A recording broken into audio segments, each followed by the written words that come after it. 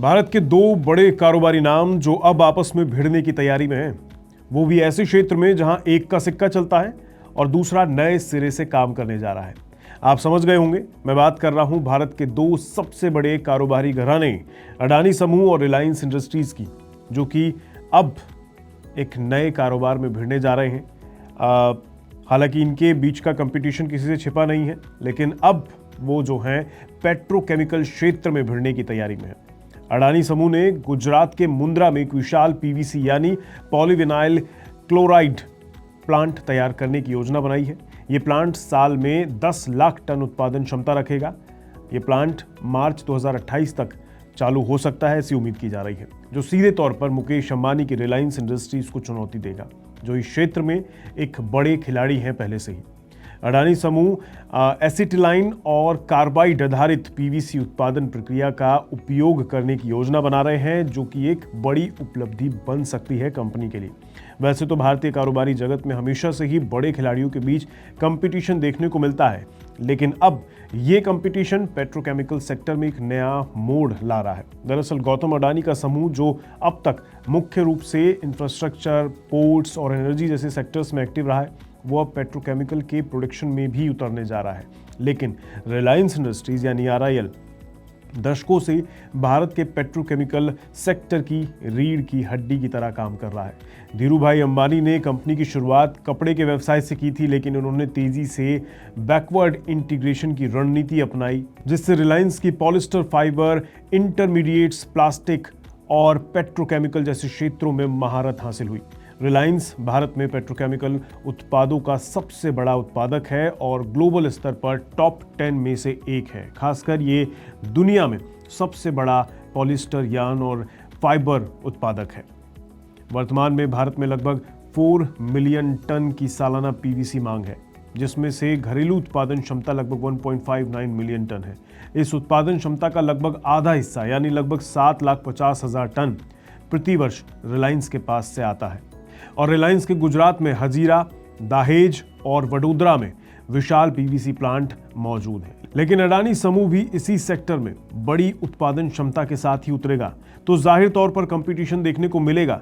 लेकिन क्योंकि हमारे देश में मांग ज्यादा है आपूर्ति के मुकाबले में, इसलिए शायद कंपटीशन उतना ना हो जितना की उम्मीद की जा रही है। लेकिन भविष्य को लेकर रिलायंस भी अपनी बड़ी योजनाएं तैयार कर रहा है। जैसे रिलायंस 2027 तक अपनी पीवीसी उत्पादन क्षमता को दोगुना करने की योजना बना रहा है, जिसमें दाहेज और नागोड़े में 1.5 मिलियन टन प्रति वर्ष की अतिरिक्त क्षमता शामिल होगी। इसके अलावा कंपनी कार्बन फाइबर और स्पेशल पॉलिएस्टर जैसे नए और उन्नत चीज़ों पर भी ध्यान केंद्रित कर रहा है। जहां तक बात कारोबार की है, तो अगर रिलायंस के पेट्रोकेमिकल कारोबार की अगर बात करें, तो रिलायंस का ऑयल टू केमिकल यानी O2C बिजनेस, जो एक इंटीग्रेटेड मॉडल पर काम करता है, जो कच्चे तेल को रिफाइन करके हाई वैल्यू वाले पेट्रोकेमिकल प्रोडक्ट्स में बदलता है, जो जामनगर रिफाइनरी कॉम्प्लेक्स में मौजूद है। ये एक दुनिया के सबसे बड़े integrated single location refining complex में से एक है, जिसका मुकाबला अडानी ग्रुप को करना होगा अगर इस धंधे में उतरना है। तो आपको बता दें, इस पीवीसी प्लांट के साथ अडानी मुंद्रा में एक पेट्रोकेमिकल क्लस्टर भी तैयार करने जा रहे हैं, जिसमें क्लोर एल्कली और कैल्शियम कार्बाइड, साथ ही साथ एसिटिलाइन यूनिट शामिल होंगी। इससे जाहिर तौर पर देश में प्रोडक्शन बढ़ेगा और उसका फायदा देश को ही मिलेगा, क्योंकि भारत में पीवीसी की मांग बढ़ रही है और आपूर्ति कम है, जिससे आयात पर निर्भरता ज्यादा है हमारी।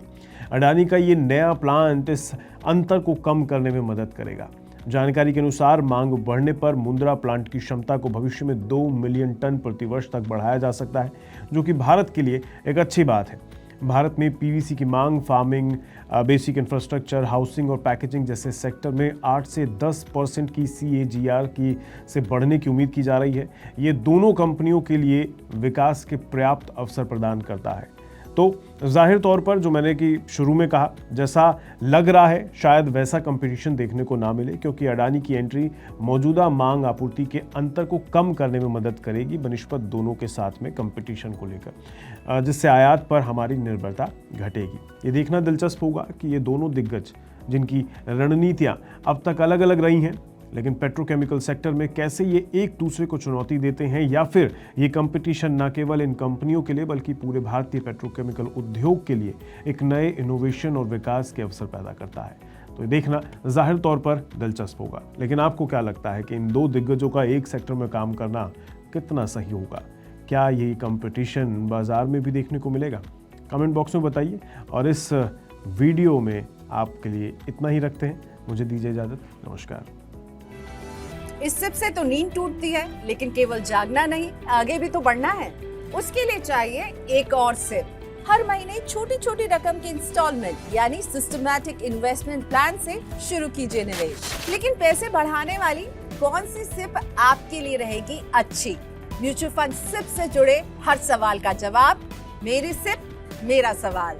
सोमवार से शुक्रवार 4 बजे मिलेंगे हम सिर्फ मनी 9 पर।